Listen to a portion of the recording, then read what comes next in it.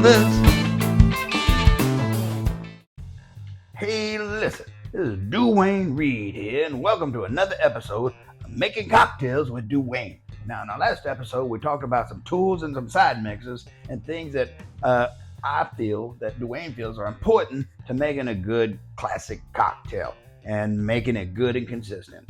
So today, we're going to take all of that knowledge and we are going to make a cocktail. Now, the cocktail we're going to make today is probably one of my most favoriteest cocktails that I enjoy drinking, and it's called an old fashioned. Now, I've got all the ingredients here, and we are going to get to making it. Now, back in the old school days, as I understand it, the old fashioned was made with a cube of sugar, which is basically 1 teaspoon of sugar. I don't have any cubes of sugar, so I won't be using that. Now, there's a question as to what cocktail is the oldest. Is it the Sazerac or is it the old fashioned? I personally don't know, but most people say it's a Sazerac, and the old fashioned is probably a very close second. Now I'm going to take this here. There's approximately 1 teaspoon of sugar put in my drink right there. I use loose sugar because that's what I got. Move that off to the side, and you can see the sugar that's in there. Now we are going to take, you don't have to, but you can use just a little bit of soda water. And I got some of my soda water that I made, and it's just going to help us dissolve the sugars. You can just use your Angostura bitters that you put in your drink to help dissolve those sugars. I'm going to use a little bit of help with some soda water right there, not a lot, and I'm going to use 4 shakes. You can use as many shakes as you want of Angostura bitters, but I'm going to use just 4 of them. So we're going to go 1, 2, when's it coming out? 1, 2, 3, 4. It just looks wrong. This must be a new recipe there. All right, we're going to take our muddling device and we're just going to muddle this on up. Stir it around, muddle it up. Stir it around, muddle it up, and make it good. And try to get those sugars dissolved.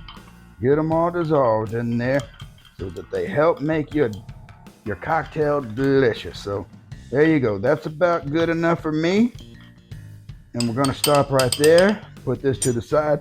What I like to do is I like to take my drink, the liquid that's in there, and just gently coat the inside of the glass with that dissolved sugar and water and the Angostura bitters, and just dissolved and coat the inside of that glass. Now, you can see in there that some of the sugars are not completely dissolved, right? Not completely dissolved, and that's okay. It's going to help enhance some of the flavors of the drink.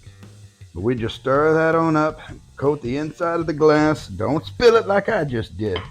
Now, there is some contention in the old-fashioned world about whether you use muddled up fruit or not in it. If you want, you can chop you up some orange and you can muddle that on up in there also.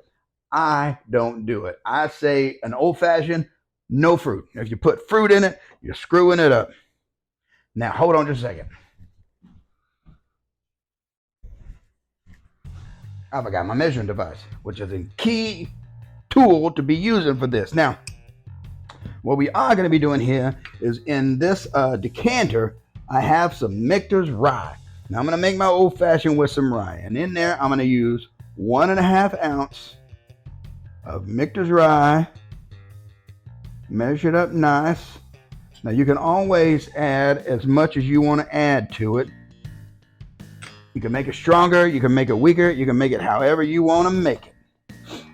So we've got our Angostura bitters muddled up with the sugars, a little bit of soda water, and next what I like to do is have myself an orange and get me some of the peel off the orange. I don't want any of the orange in there. And the reason I want this right here is we are going to take this orange peel right here and we're going to squeeze it. And what that's going to do is make the oils and acids, the citric acids that are in the peel, are going to squirt out into the glass. It's going to coat the rim, and it's going to give an odor that the nose is going to pick up. So you smell it, but you're not really going to taste it. And when you do things like this, it just helps enhance the flavors of the drink. It doesn't really add any flavors to it, but you just go and you just squeeze that, and this is not a good orange at all, but you just get that citrus orange, rub it around on the rim just so that you can smell it, not really so that you can taste it. Now, if this would have held together, I would have placed it in the glass that the drinker, whoever's consuming this beverage, could take it and they could stir up the drink and keep it mixed up and help make the sugars move around and dissolve. And just, again, it's just a presentation piece, and it doesn't really do anything wonderful for the drink. What I've done right here, right now, is the most wonderful that you need. Now, another point of potential contention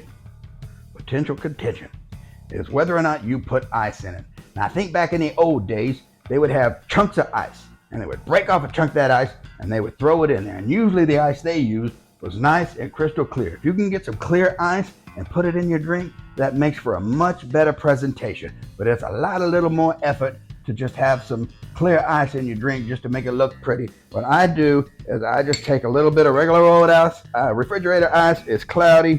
I'm gonna put me 4 cubes in there just to get it cold, and I'm gonna go ahead and give it a little stir, and there you go. I am done. Simple, easy, and it's just wonderful. It makes a nice drink, as you can see here, and it's not a big drink, but it's, an 1.5 ounces plus all the other stuff puts it at about a 2-ounce drink, and it's a sipping drink. It's not a chugging drink. It's not a slamming drink. You take this as you're sitting around with your friends, and you just sip on this, and you have some wonderful conversation, and you enjoy yourself a really good cocktail. Let's see here. Got the nose.